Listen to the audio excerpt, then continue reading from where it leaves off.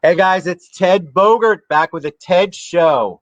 I've been trying to get this young gentleman on my show for quite a while. He is amazing, a great friend, a big community leader, makes a big impact in the world, and I am honored to have him on the show. Mr. Vince Loran, what's up, brother? Hey, first, I'm elated to be on this virtual platform with you. Hi, everyone. Happy Friday. Thank you, Ted, for having me on.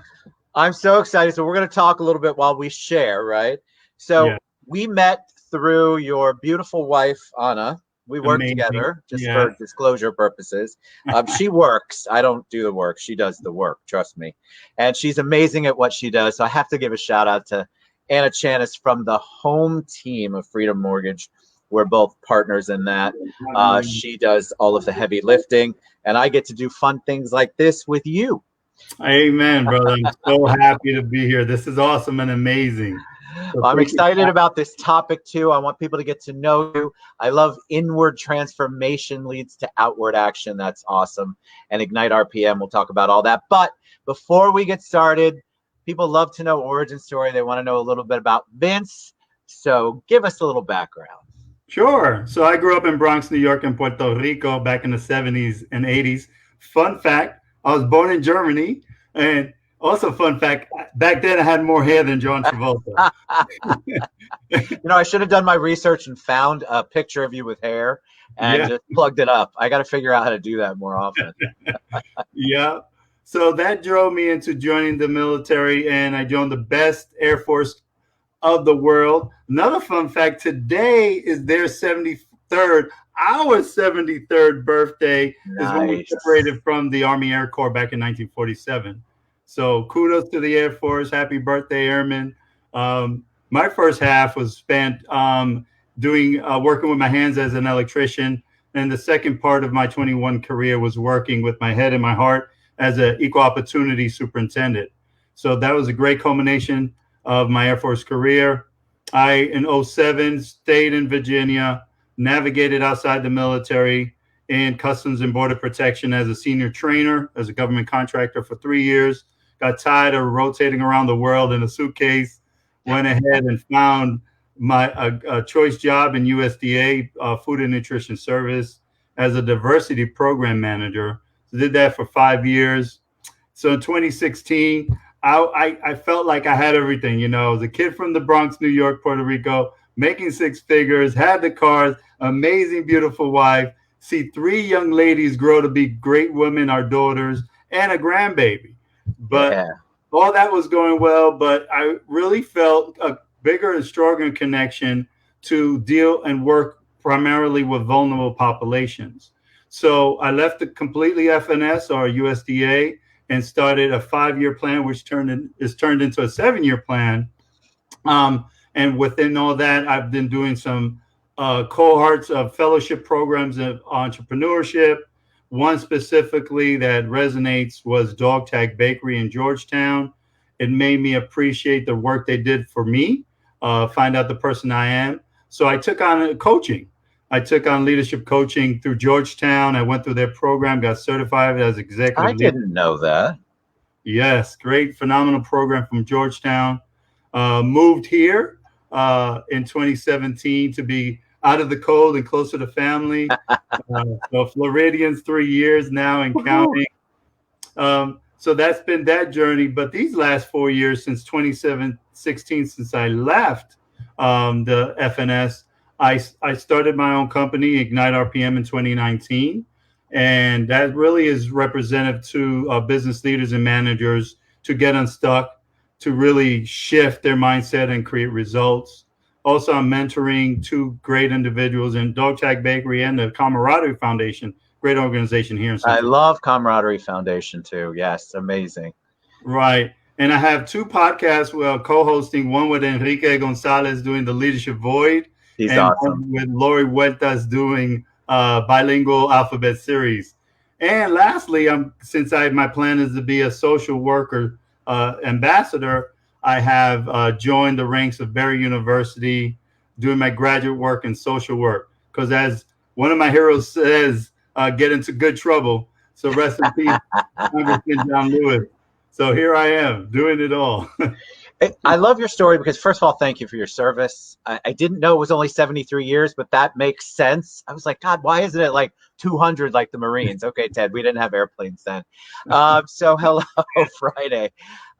Thank you for your service. But I love the fact that you pivoted. You figured out how to pivot because I think a lot of veterans have a difficult time when they get out trying to figure out how to become civilians and be in the civilian life and figure out where their path is, where their journey was. Was that difficult for you in the beginning, or did you already know this is where I need to be?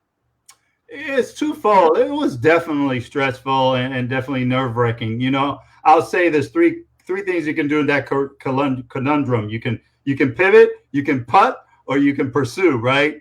So I had to deal with all three, and it was hard at first, you know, because our identity was worn on the uniform, and everybody respected that identity. Here we are, plain suited.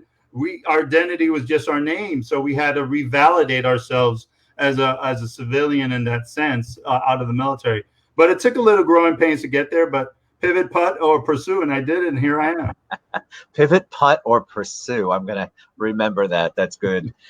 What was the coaching like? Because it's one thing to be coached or to, I feel like there's a lot of people that want to read every coaching book, watch every coaching YouTube, and they're hoping to God that it comes through them through osmosis.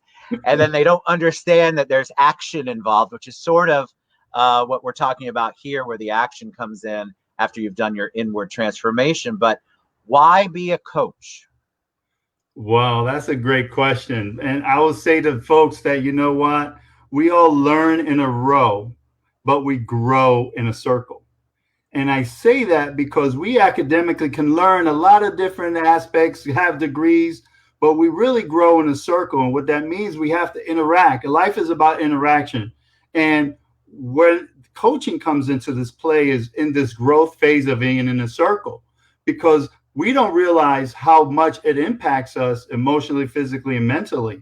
So that's a component that we have to really come back, be present, and understand, have that, you know, growth through gratitude grounding, all that great stuff. But it was a phenomenal program to go through those stages and learn different tools so I can be grounded and be present to help my clients, but more for not just for them, but for myself, self-satisfaction and gratitude. Was it nerve-wracking the first client you took on? I would imagine, like, when I coach people now, I don't have a certificate. I just give advice, so I like to use the word coach. But you're a real coach. When you coach someone, though, I mean, that they're basically saying, "All right, Vince, my life's in your hands. I need help. I need to change my life or adjust or do something." Was it difficult that first time putting everything that you learned into play? Yes, because I can say I'm a master of not how to do things well, right? I added that to my list. Damn, that didn't go so well. But that was an opportunity to learn how to grow from it. But folks out there want to galvanize the teams, but I really found the core of that working with teams is really optimizing your own stuck points and first acknowledging your own emotions, your fears, and what threatens you. So that's really the optimal portion. And one quote I love to share with my clients and those surrounding me, and one does not drown by falling in the river. One drowns by being submersed in it. So if you're submersed in wherever you are in your life, professional, personal, that's going to keep you stuck. So we get to the point that we're going to help you pivot and get out of that. So I think people get caught up in, we've talked about this on the show before, the imposter syndrome. You're going about your business, you do the wonderful things, you get the coaching certificate, you go through the program, and then you're like, who's going to buy me? When are they going to find out? I have no idea what I'm doing. And this stops a lot of people from following their passion. That's why I think inward transformation leads to outward action is so powerful, because you've got it there and then you have to figure out how to go, okay, I've got all the tools, take that first step. People don't expect perfection out the gate. No, they don't. And one thing about navigating the sea of life is, you know, we heard these great quotes like give a man a fish, you feed him for a day, teach a man a fish, you feed them for a lifetime. Or you heard, you know, leading a horse to water, but you can't make him drink, right? But if you think about all that, is how do you make them thirsty? How do you make that horse thirsty? How do you make that person wanting to fish thirsty which is really understanding, consuming what's inside of them, because they already, guys, to your point, Ted, they have all the tools they need. Right. So how do you make yourself thirsty and vulnerable, right? That's the main thing right there. It starts from self. Yes, I agree. I think the vulnerability I want to talk a little bit about, because I feel like vulnerability is a key step somewhere in the process toward that transformation. If you cannot figure out where your vulnerabilities are and be able to live in them and embrace them, then it's very hard to move forward, because you're always carrying the things that you haven't let out or you haven't dealt with. So talk a little bit about vulnerability. I mean, a strong, cool dude from the Air Force. What was that like, learning how to be vulnerable? It took a while. It took a while, a lot of slaps and bruises to understand that vulnerability is also tied into courage. Yes. And understanding that that's a huge step to take, because I'll add, courage doesn't mean you don't get afraid. Courage means that you don't let fear stop you. And that's vulnerability as well. You know, you have to be vulnerable, let go of your ego, and understand, hey, open the armor, because folks probably feel the same or dealt with the same that you are dealing with. So you have to have that courage and vulnerability. And it took a while to where I'm at today. People respond to it, don't you think? People will say to me all the time, God, I can't believe you shared that live. Well, I mean, what am I going to do?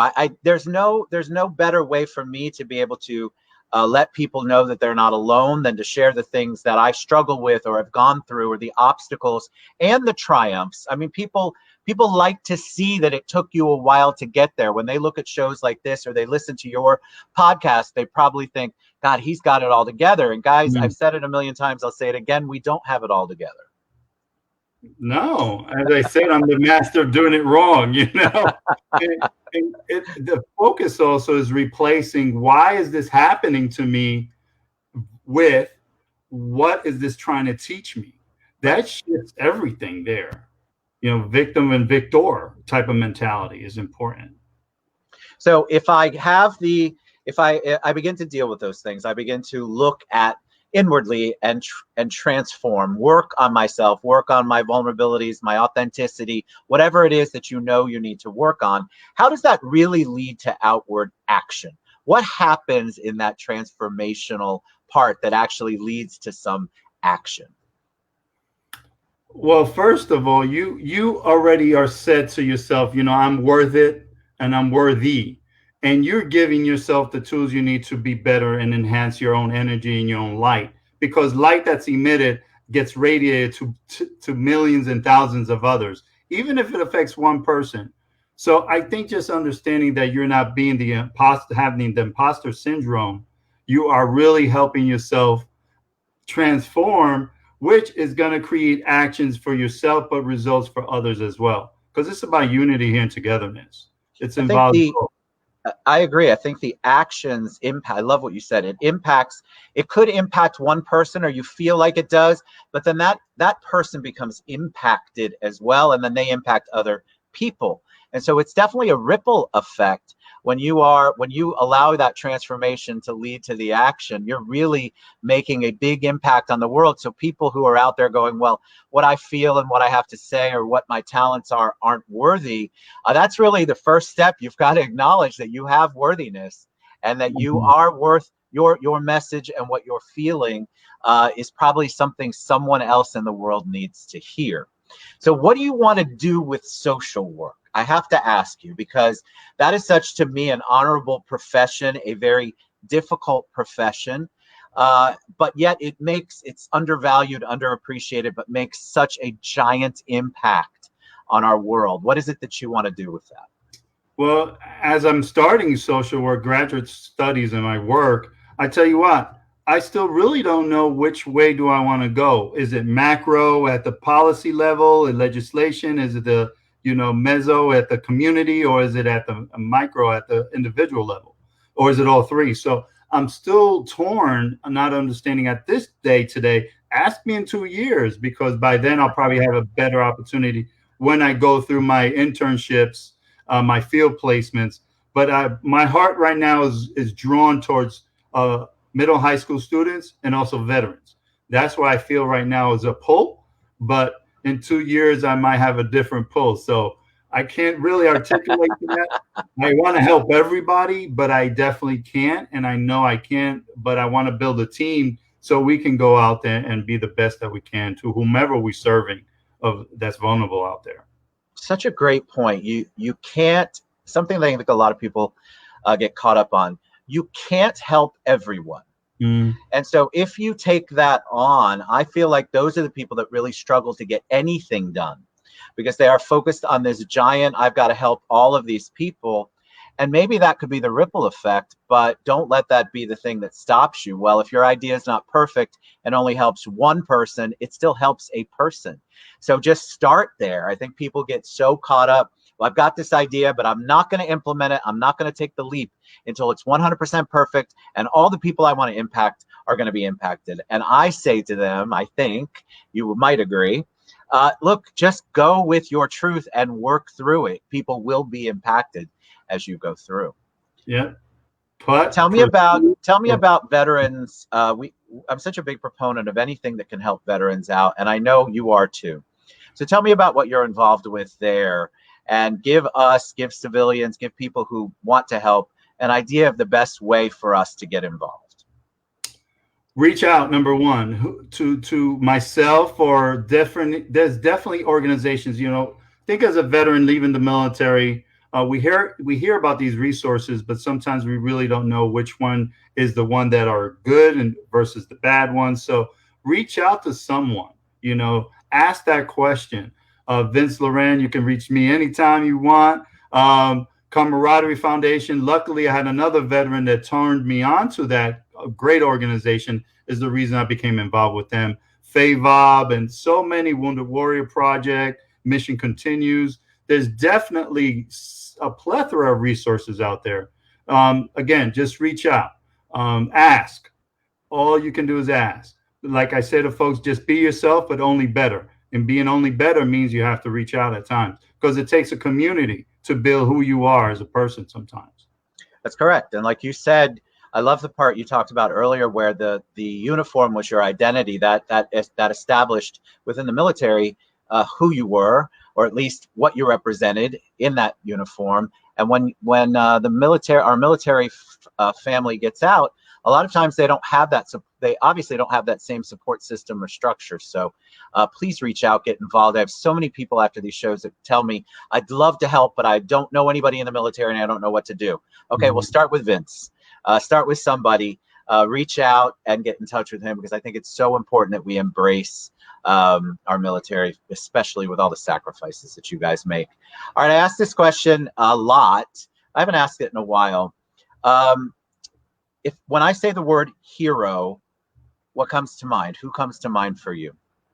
I guess it's threefold. I'll start with the nation person who changed the world first for me, and seeing him do so much was Congressman who passed, John Lewis. You get into good trouble. I think the boy from Troy, as Dr. King called him, did so much in his years for the world, right, to unite us. When I come to a level of who's impacting community and myself, I go to my amazing wife. Came from Panama. Here she is, adopted and the culture here, but made it her own, and is helping so many individuals of Spanish-speaking descent, but also helping the family grow too as a unit. And the person individually that's my hero is myself. I always have to be compassionate to myself and thank God that where I'm at, who I've been with, and everything I've been given, with all my bumps and my bruises I have. So those are the three heroes that I'll say in that scenario. I love it. I think the self one is just so important. People do forget that part. And if you aren't self-care, aren't self-appreciative, aren't grateful, it's very hard to do the positive things in the world that you want to if you're coming from a half-empty soul and spirit. It's very difficult. So I love that answer. All right. So how can people reach you? How can they reach out to Vince? How can they get involved? How can they learn more about your podcast and Ignite RPM? Well, I live in Central Florida. If you pay for me to go somewhere, I'll fly away. So so I will not limit myself to Central Florida or United States. I'll say that right off the bat. You can definitely reach me at vince@igniterpm.com, or you can reach me at vinceloran@gmail.com. So definitely two ways to reach me there. I have a Facebook page. I have definitely Vince Loran or Ignite RPM, and I'm on LinkedIn, Vince Loran. So any of those platforms right now, I'm growing my platform of social media, but right now those are the ways to reach me. Telephonically, I definitely can be reached too as well if whoever wants to reach me there. I have a Virginia number, 703-217-2195. So, and I'll say to folks, always be kind to others, but never forget, be compassionate to yourself. Love it. You're a joy, man. I have to say, the first time I met you, I thought this is one of the most calming. You have a very calming presence and spirit, and I think I would imagine that's why people immediately flock to you, because they're looking for that kind of calm. So kudos to you for being such a great leader and community advocate, and for all that you do for our world. Vince Loran, thank you for being on the show. Thank you, Ted. Thank you, everyone. Happy birthday, Airman. That's right. Happy birthday. Y'all have a great weekend. We love you guys. We'll see you soon. Bye, everybody. Bye.